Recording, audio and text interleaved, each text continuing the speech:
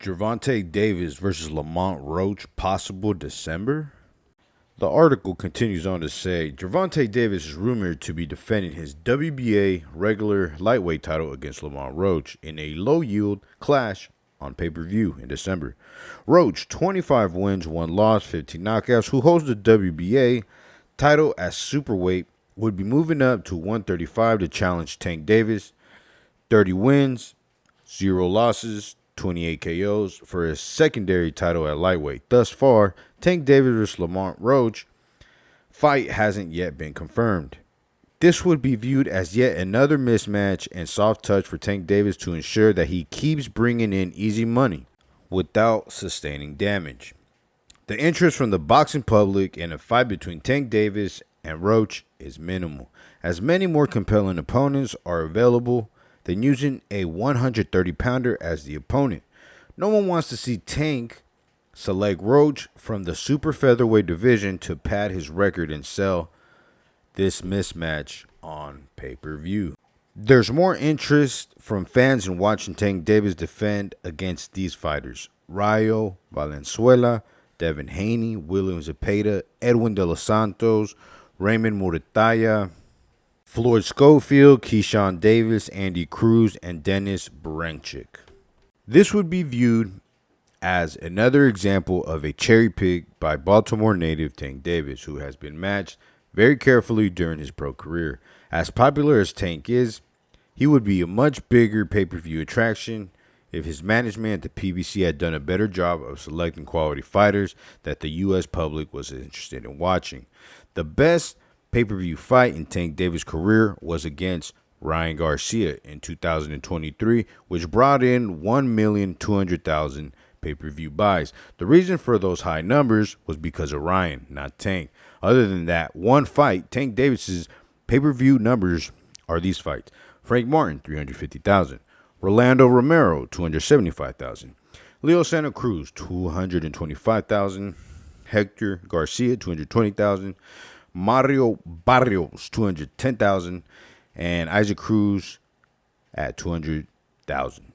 Those numbers would be much higher if Tank Davis had been fighting the best instead of those lesser fighters. It's believed that Tank's management has purposely matched him against lesser fighters to treat him like an oil well, kept pumping at low capacity to make it last longer. If that oil well were pumped at maximum capacity to bring in the money, it wouldn't last long.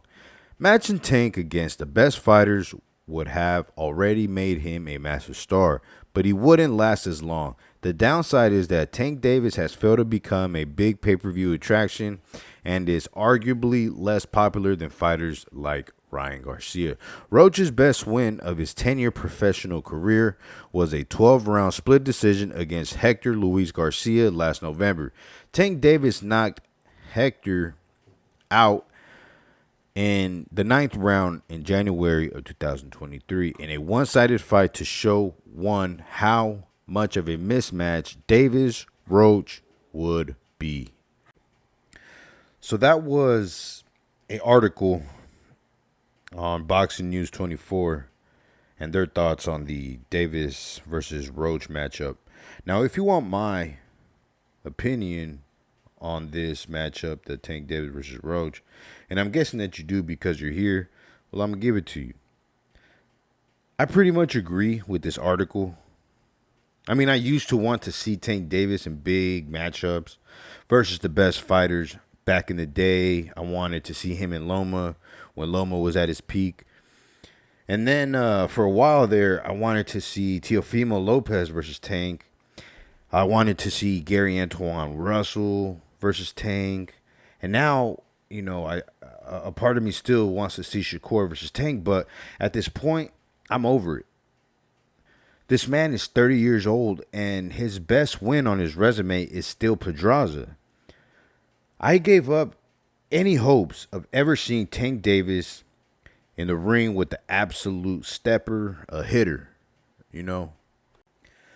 But as far as the fight goes, the Lamont Roach versus Davis, as far as this fight goes, I will not be buying this pay-per-view. This is not pay-per-view worthy. The last Tank fight I did buy. However, I only bought it because I wanted to see David Benavidez debut at the lightweight division, which was also a letdown for the amount of money that I paid for the pay-per-view card. But no more. Overall, what do I think about this fight? I think this is hot doo-doo. Poop. Caca. And PBC and Tank won't get a dollar out of me. I would have bought Tank's next fight if he fought Rayo Valenzuela next. You know, that's a little more interesting than Lamont Roach. I mean, why not go up and fight Rayo at 140 pounds? I remember Tank moving up to fight Mario Barrios for his regular belt. So why not go up and fight Rayo for an actual world title that actually means something, that actually counts for something? Not for no regular Mickey Mouse ass belt. Come on, man. But look, at the end of the day, no matter how I feel about this fight, since I don't like it, I'm just not going to speak on it anymore. I'm just going to vote with my wallet. But on a more happier note, on a more optimistic outlook when it comes to Tank Davis, no matter what the naysayers say, the critics say, the fans say, no matter what the haters and the public says about Tank Davis, you know, all these things about all he does is cherry pick and he chooses mismatch opponents and he weight drains his opponents. With all of that going on, I have to say that I still have much love and I respect Tank Davis. And I'll tell y'all why, if y'all want to know. If you want to know why I have so much love and respect for Tank Davis, even though they move him very strategically and carefully, etc., he takes all these light touches. And it's because of this reason. The reason is Tank Davis never had to clout chase nobody. He never had to call out no names. He's never had to depend on nobody to make a name for himself and carve out his own path. An example of a clout chaser or someone just sitting on their ass and waiting for a handout would be like a Demetrius Andrade, who just waited on a Canelo fight all of those years and never did anything in the sport. Or a David Benavidez just calling out Canelo's name in every interview and any chance that he gets, just sitting around waiting on a Canelo fight, man, just dreaming about this guy. Teofimo Lopez, you know what I'm saying? Begging for a Bud fight. Now Bud begging for a fucking Canelo fight. You see what I'm saying? But I don't even think Teofimo wants a Bud fight. I really do think he's just clout chasing, using Crawford's name for clout. So, say what you want about Tank Davis. He's never had to beg or clout chase anybody.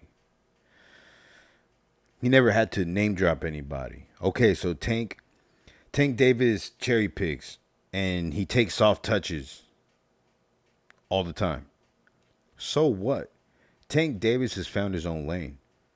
He still makes more money than most fighters in the sport, with a few exceptions.